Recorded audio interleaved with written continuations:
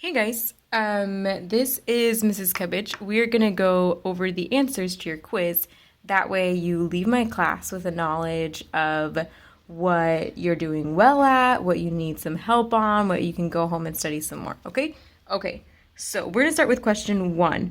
He, King George III, has refused his assent or agreement to laws the most wholesome and the necessary for the public good. That's our excerpts from the Declaration of Independence. Then it asks you which aspect of the U.S. Constitution reflects the solution to the problem in the quote. So let's start by figuring out the problem, okay? The problem is that King George III, also known as KG3, refused to agree to laws. So, years and years in the future, when the colonists finally won their independence from Great Britain, they had to make sure that their new leader, instead of a king, they had a president. They had to make sure that their new leader could never just get rid of all of the important and necessary laws that the citizens needed.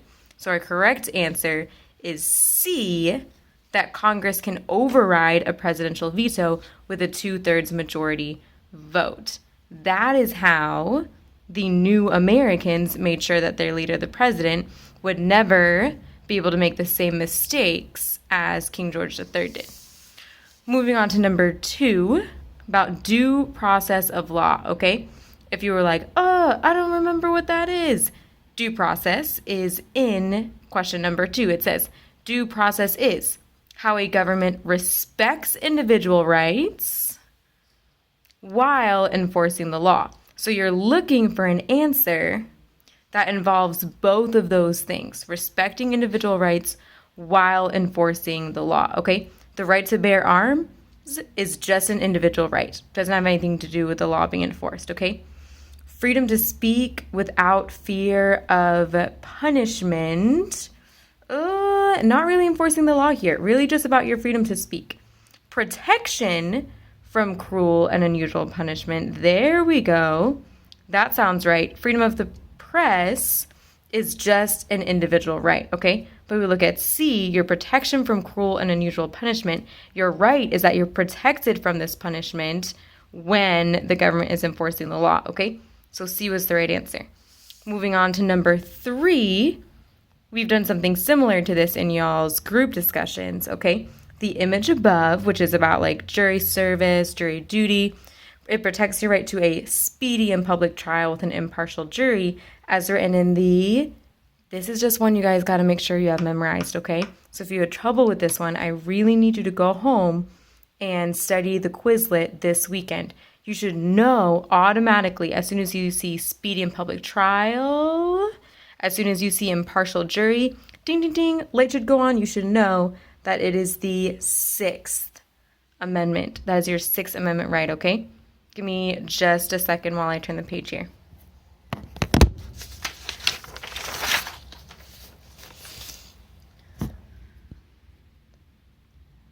And we are back, okay?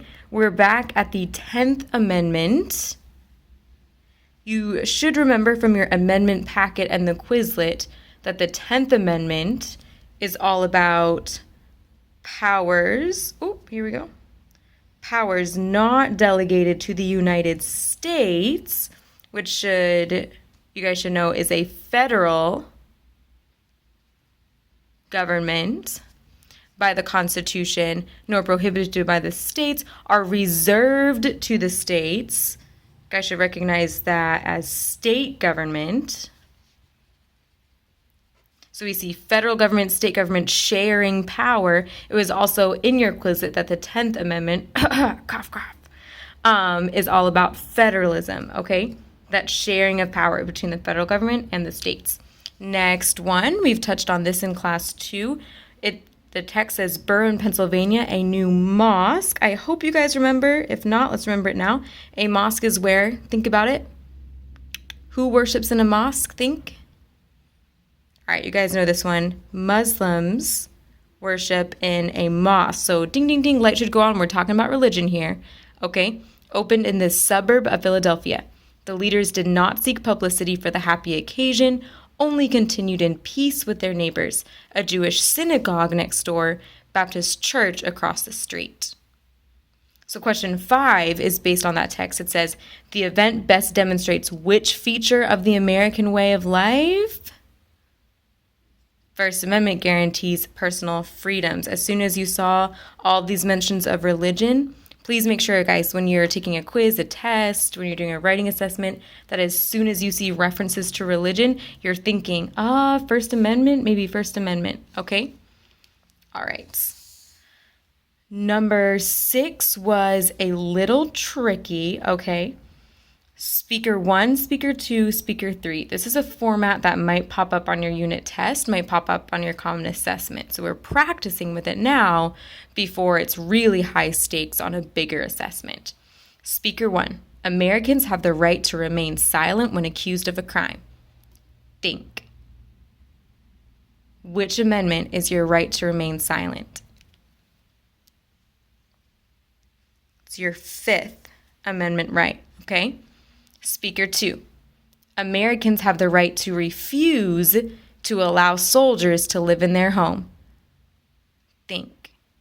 This isn't about privacy, okay? Privacy is a different amendment. This is just about how you don't have to allow soldiers to come into your house, sit on your couch, eat your hot chips. You don't have to allow that kind of stuff.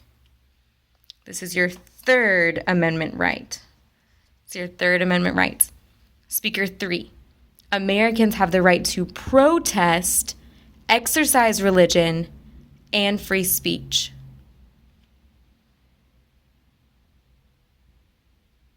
That's your First Amendment right. That's your First Amendment rights, a few of them actually, okay? So let's see, which one of these is 5th, 3rd, and 1st? It is C, is 5th, 3rd, and 1st. C is the correct answer. Here we go. Which of the following are always requirements for a bill to become law? A president vetoing gets in the way of a bill becoming a law. So that is not always a requirement. A majority vote in the House at least, yep. That's what it takes to be passed on to the next chamber of Congress or to be passed on to the president. Majority vote in the Senate at least, right? Unless we need that 2/3 veto. Yep, we always need at least a majority vote in the Senate. And the committee deciding to revise or approve the bill. Yep, committees have to decide to revise or approve a bill. If they table it, it means bill gets trashed, okay? So we know that we always need 2, 3, and 4. Where is it? D. D is 2, 3, and 4. Here we go. Last few questions. So these are the questions that are honestly more procedural, okay? This is just checking, did you study the Quizlet on how a bill becomes a law? Did you study the information, or not did you study? Did you pay attention on Wednesday when we went over this process? Did you come to tutorials yesterday and go over this process again with me, okay? If you did those things, then you probably did well on these next 2 questions. 8 says, if a bill is written by a senator, okay, so it's get written, it is approved in committee, which means that it gets sent out for a full vote, and it gets a majority vote in the Senate, what is its next step? We know that bills have to get a majority vote in Congress. We know that there are 2 pieces to Congress. One piece is the Senate, and the other piece is the House of Representatives. So once this bill gets a majority vote, it needs to be sent to A, the House of Representatives. That's where it needs to go next, okay? It is not sent to the president yet because it has to go to the House of Representatives. It's never sent back to the committee in the Senate. Once it gets a majority vote, it gets to move on to the next place, and it's definitely not D. So, 9, what does it mean if a committee in the Senate or the House of Representatives decides to, quote, table a bill? Everybody take a second and think about it, okay? What does it mean if a committee decides to table a bill? All right.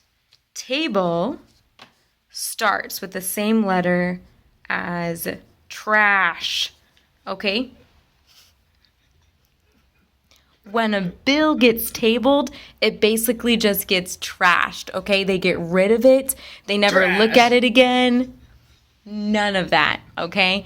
So when a bill gets tabled, it gets trashed, okay? Or a more polite way of saying that is C, the bill will not be discussed further. It, quote, dies in committee. That's pretty common language as well, for it to die in committee. 10, this is just checking in. Did you pay attention yesterday in class, okay, when we talked about amendments? Which of the following is one way that an amendment can be proposed? In class yesterday, we talked about Congress. 2/3 of Congress, or 2/3 of a national convention, getting down on one knee and proposing to the states, not for marriage, not with a ring, but with a new amendment, okay? And that is how an amendment is proposed. 2/3 of Congress votes to propose an amendment. That's one way. It can also be 2/3 of a national convention, but y'all don't really need to know too much more about national conventions till next year. So thank you so much for working through these with me. Thank you so much for doing the writing section. I'm going to grade that next week. So let's go all the way down to the bottom to your reflection piece, okay? It says, my multiple choice grade was a blank out of 10. This is what I would like you to do. You have your partner's paper right now.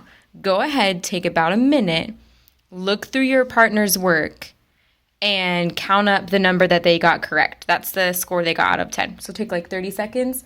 Go ahead and get that score written there for your partner.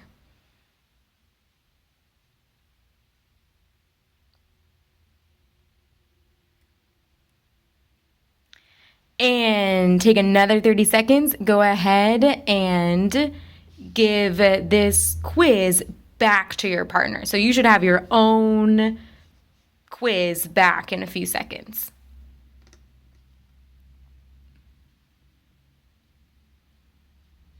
Okay, everybody, we're going to get started again. So you should have your score written there out of 10.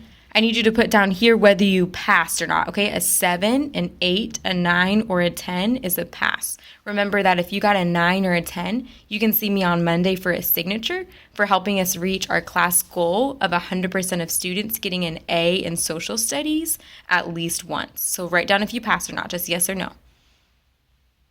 Okay, I really hope that you passed because I know that all my classes have been working really hard. You guys are thoughtful. You guys are thorough. Okay, so I really hoped you passed. If not, then I know that you can put in the work, that you can come to tutorials, and that you can make sure that you pass our next quiz. Okay, so next we're going to reflect on how you did. What are you going to do to improve your score or keep a 100%. If you have a 90 or 100 and you're happy with that, that is okay by me. So just think, what do you need to keep doing to keep your 90, keep your 100%, or what do you need to do to improve your score? When are you going to do it? So you should be like, I need to study more. Okay, so when are you going to study? You know, you're going to study twice a week, or you're going to study on Wednesdays after school or something, okay? And then finally, why are you going to do it? Should be something like, I am going to start coming to tutorials on Thursdays because I want to improve my score to an 80 or to a 90, or I want to keep my 100 or something like that, okay? So go ahead. You guys are going to have for the rest of class to fill out this reflection. Thank you so much, and I'll see you guys on Monday.